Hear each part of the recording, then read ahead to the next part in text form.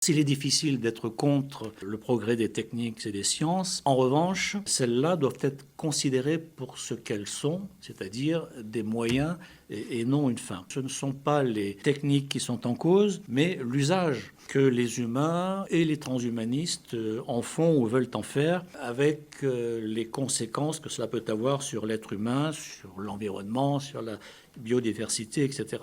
Et on a à ce stade immédiatement présent à l'esprit ce qui peut se passer dans la médecine, dans la génétique, les questions d'éthique qui se posent à ce propos. Les technologies ont inventé l'homme depuis toujours et aujourd'hui, ces technologies, elles ont pris une dimension telle que l'humain lui-même se trouve mis en question. Cette mise en question, eh bien, soit vous l'affrontez, soit vous lui tournez le dos, mais en tout cas, il y va de votre survie.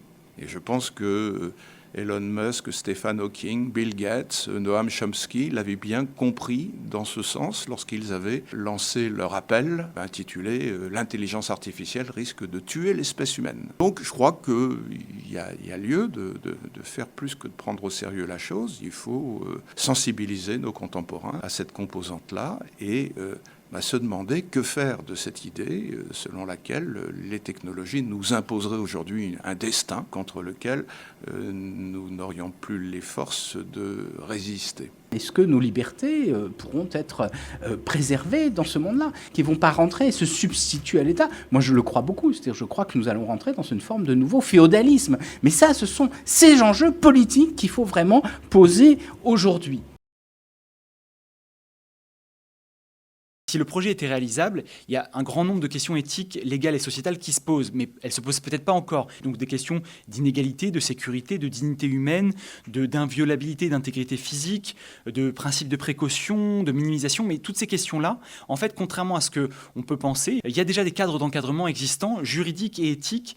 Je parle de la Convention des droits de l'homme, la Déclaration universelle, par exemple, sur le génome et les droits de l'homme, la Déclaration des principes du sommet mondial sur la société de l'information. Il y a des travaux de la Comest, du Conseil consultatif national d'éthique, du groupement européen d'éthique des sciences et nouvelles technologies qui ont émis des rapports. Il y a déjà des mesures en fait qui encadrent un peu ça. Par contre, là où il y a moins d'encadrement, et c'est ça que je souhaite un peu plus développer, c'est cette notion des enjeux éthiques et sociétaux autour des idéologies. La robotique médicale, même si elle est en grand développement, c'est un objet qui est connu pour le grand public, non pas par le service rendu et par la performance, mais par la communication qui est faite dessus, par la science-fiction, par le discours marketing d'entreprise et par des idéologies technoscientifiques comme certains discours transhumanistes peuvent la véhiculer. Et finalement, toutes nos avancées sont analysées sous cet angle-là. Et c'est assez problématique dans certains cas. Il y a des conséquences en fait de ça. Toujours dans cette perspective de récupération d'un imaginaire occidental populaire, il y a la notion du réseau, le monde virtuel, le monde du réseau informatique. Et ce réseau, encore une fois, c'est une très vieille idée finalement, une idée qu'on trouve dans les années 80, au moment où va éclore l'Internet militaire. Et cette idée, elle est portée donc par un groupe d'auteurs qui se sont eux-mêmes appelés les cyberpunks et qui visaient à examiner surtout les conséquences comportementales et sociales de la multiplication des réseaux et du fait qu'une deuxième société, une sorte de société virtuelle, quelles conséquences cette société pourrait avoir sur les rapports humains. Et cette révolution sociale que le réseau peut apporter, elle a déjà été décryptée par ces auteurs, mais surtout, et c'est vraiment pour moi important de vous le dire, elle a été décryptée de façon critique, c'est-à-dire en suivant un esprit critique. Qu'apporte le réseau à la société humaine? Bien d'abord une fuite en avant, c'est-à-dire surtout une augmentation des inégalités sociales par rapport à ceux qui peuvent être connectés et ceux qui ne peuvent pas être connectés. Problème que porte aujourd'hui la dématérialisation des données, enfin la dématérialisation même des dossiers. Le mouvement punk en musique a été un mouvement de réaction, de révolte contre une société de plus en plus matérialiste. Et donc je tiens à souligner ici devant vous que ce mouvement cyberpunk est plutôt un mouvement de dénonciation de l'impact des réseaux et de l'accroissement dans l'accélération même des technologies du virtuel, plutôt qu'une sorte de vision apologétique de ces réseaux. L'égalité est véritablement une notion éthique. Il y a un danger avec cette, entre guillemets, obsession de l'égalité, de glisser vers une société conformiste. Le maintien des différences est essentiel. Une société où tout le monde est d'accord est plutôt l'indice d'une société qui ne va pas très bien. Il faut faire attention à ne pas faire un glissement entre tout le monde doit tout avoir, doit pouvoir tout avoir, avec un nivellement des différences qui sont essentielles pour le maintien des démocraties. Et je crois que c'est plus la notion d'équité qui est importante. C'est-à-dire que ceux qui ont le plus besoin puissent avoir accès à ces nouvelles technologies. Et que les personnes qui n'en ont pas besoin n'ont pas à y avoir recours. Donc la question, c'est plus une question d'équité qu'une question d'égalité. On peut transcender la société dans laquelle il y a beaucoup de pauvreté, il y a beaucoup d'ignorance, il y a d'impossibilité d'avoir accès aux besoins d'un, en laissant l'homme être l'homme, mais en changeant son environnement. Et donc le transhumanisme, pour Huxley, avait beaucoup plus à voir avec l'adaptation de la société à l'humain, plutôt que de l'inverse. Et je pense que ce paradoxe est intéressant et il n'est jamais relevé par les transhumanistes eux-mêmes parce que précisément le travail de Huxley va dans un sens un peu différent. Comment faire pour éviter que la seule réponse que je trouve face à autrui qui m'embarrasse, parce qu'il ne pense pas comme moi, parce qu'il ne voit pas le monde comme moi, sinon que d'essayer de développer ce qu'on appelle depuis très longtemps l'empathie. Si, dès l'école primaire, les seules valeurs qui sont instruites, transmises, sont celles de la compétition, sont celles de la rentabilité, de la performance, sont celles de la quantification contre la qualité, contre la qualification. Je vois mal, en dehors de ça, de l'empathie, comment on peut mieux lutter contre la violence. Moi, je dirais qu'il y a d'abord, plutôt qu'une échelle des dangers, une échelle des priorités, et que la priorité, elle est dans l'éducation. Pour moi, il faut éduquer au numérique le plus tôt possible, et donc je suis favorable à l'éducation au numérique dès le plus jeune âge, dès l'école primaire, et avoir une éthique du numérique, et ça je pense que c'est possible. Ça veut dire avoir une éthique du partage des données, une éthique de la transparence, une éthique de l'égalité, et ce sera sans doute le meilleur paravent. Après, l'échelle des dangers, c'est une société à deux vitesses où certains seront connectés, d'autres pas. Et dans les assurances sociales, il faudra peut-être repenser nos façons de voir ce qu'on appelle les cotisations, qui paiera plus et pourquoi, la prise en compte des invalidités surtout. Et tout en haut, je mettrai une nouvelle déclaration des droits de l'homme et du citoyen, que je pense nous devrions nous hâter de faire. Le stigma autour des sciences et technologies pour les femmes est en train de s'estomper, je le vois. C'est pas fulgurant, ça prend du temps, mais il y a une progression qui a lieu. Et c'est une lutte contre des stéréotypes culturels qui sont imprimés dès l'enfance et qui commence à s'estomper. Moi, je constate des choses intéressantes, par exemple dans la robotique. Programmer des robots, en fait, ça attire beaucoup de jeunes filles, beaucoup plus que l'informatique pure et dure. Donc c'est un axe intéressant, je trouve, la robotique, comme moyen d'attirer plus de filles dans un domaine. Qu'est-ce qu'on peut faire ? C'est continuer à militer pour qu'on aille dans des dispositifs d'égalité, mais la grande difficulté, c'est d'obtenir des consensus, et au niveau mondial. Voilà, c'est une action, je crois, permanente de tous les jours. Il n'y a pas forcément de formule miracle, mais voilà. Est-ce que l'intelligence artificielle, etc., peut améliorer la condition féminine, etc.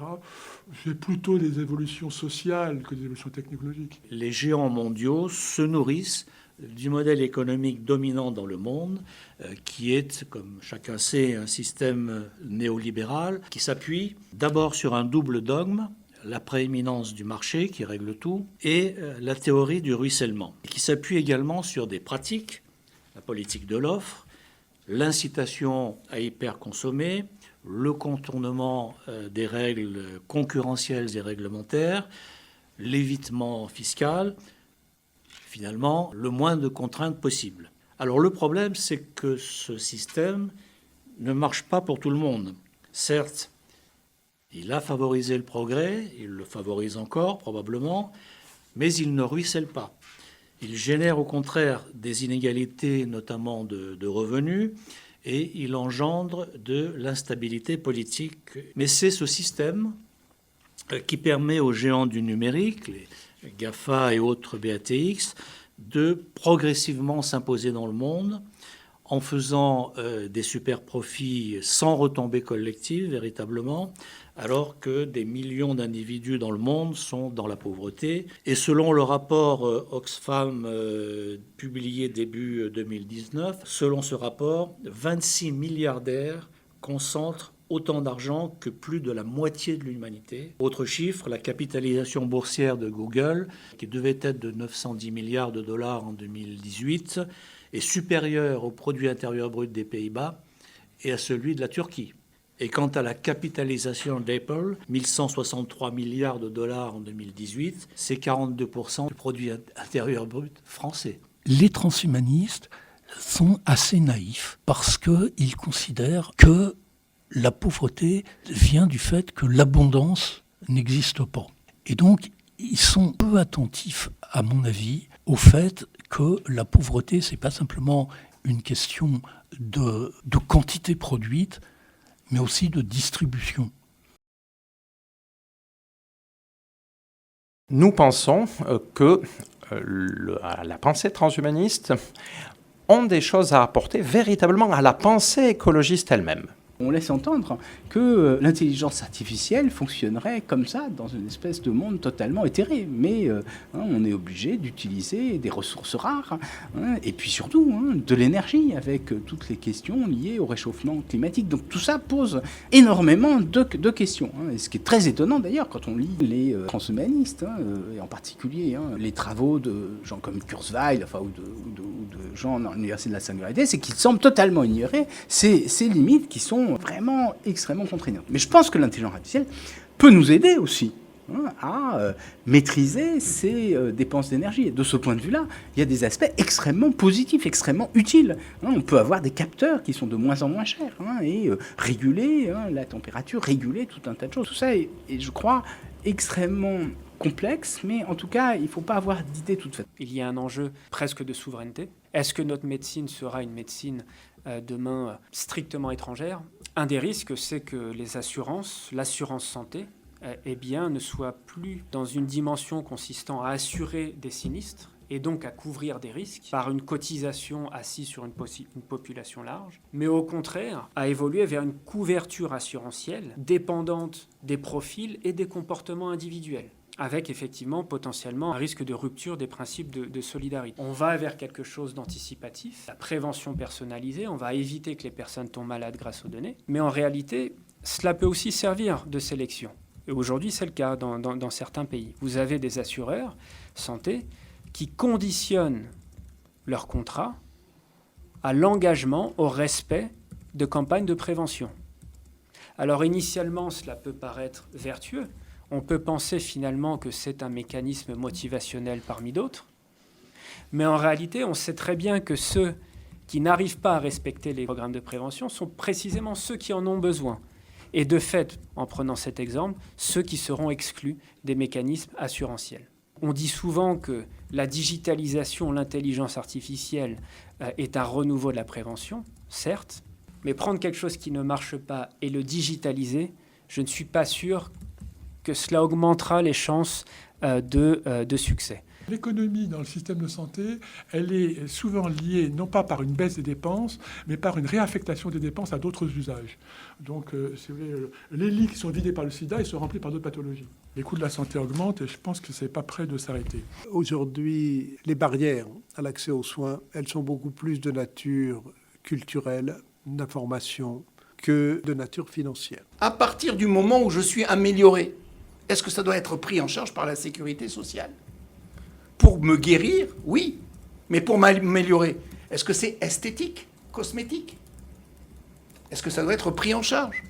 Nous constatons que parce que les recherches, encore une fois, qui sont les plus en avance et qui sont les plus proches de la pensée transhumaniste, sont marginales du point de vue des institutions, elles ne sont pas reconnues exactement dans le cadre de la médecine, eh bien elles sont obligées d'aller chercher des financements privés, essentiellement privés, pour se développer. Alors, c'est pas qu'elles n'en trouvent pas.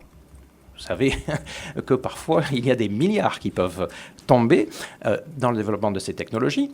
Mais ce que disent les technoprogressistes, c'est que si ou bien quand des solutions ou des technologies, disons, effectives vont sortir de laboratoire, eh bien, le domaine public n'aura rien à se mettre sous la dent, et forcément, il va falloir sortir le portefeuille ou bien tomber dans un système, par exemple, de soins, un système de prise en charge des soins qui soit complètement inégalitaire. Donc, les technoprogressistes demande que les pouvoirs publics, en Europe et en France en particulier, s'engagent fortement dans des projets qui commencent à apparaître. Si on pose véritablement la question transhumaniste, la bonne, celle qui me paraît être la bonne, eh bien, on n'est pas forcément dans des questions de coût. En tout cas, les questions de coût ne sont pas les questions principales. Les questions de l'accessibilité à tous, encore une fois, elles relèvent du politique ou de l'économie. Je ne suis pas convaincu qu'on puisse très clairement dire où s'arrête la réparation, où commence l'augmentation sur le plan théorique. Par contre, on en a besoin pour des raisons politiques, sociales, juridiques. Si je prends le cas de la chirurgie esthétique, par exemple, quand est-ce qu'on est simplement dans l'anthropotechnie et quand est-ce que l'action thérapeutique était effective? Et donc, je crois qu'on a besoin de cette distinction, tout simplement qu'il faut convenir de quelque chose, de critères, parce qu'on a besoin de pouvoir l'organiser et clarifier un petit peu les choses. Donc cette question de la frontière entre le thérapeutique et l'augmentation, elle est très présente dans la science-fiction. Je vous citais Martin Keydin, qui disait dans ce vieux texte qui s'appelle Cyborg, il dit on a remplacé ton bras par une prothèse parce que c'était trop complexe de le faire de façon biologique. Donc il ne faut pas hésiter aussi à présenter la prothèse. C'est un remplacement qui n'égale pas la biologie, parce que souvent le transhumanisme présente ça comme un dépassement de la biologie. Il y a une marchandisation extrêmement forte de l'augmentation. Alors bien sûr, on n'entrera jamais dans une société où les gens qui n'ont pas payé leur mensualité se voient retirer leur prothèse par une équipe d'une milice privée qui vient les trouver chez eux à 5h du matin pour leur arracher le bras. Ça n'arrivera pas, c'est de la science-fiction, bien sûr. Mais pour lutter contre la marchandisation, il faut venir sur les droits sociaux, et je pense que l'un des plus importants, c'est le droit d'accès aux services publics. L'égal accès aux services publics. Et à partir de là, si on sait bien se débrouiller, il sera facile de reconnaître des droits d'accès égaux aux services publics et le droit à avoir la disposition des prothèses nécessaires pour le faire. Et le but, c'est bien entendu d'avoir une société où, bien qu'il y ait des inégalités, les droits sociaux tendent à réduire ces inégalités. Donc faut-il que la MGEN et la mutualité en général s'investissent sur la problématique du transhumanisme? À 2000%, oui. Et effectivement, faut-il envisager des complémentaires pour réduire les inégalités qui naîtront de l'accélération des technologies, notamment d'accès au réseau? Je pense que la réponse est oui.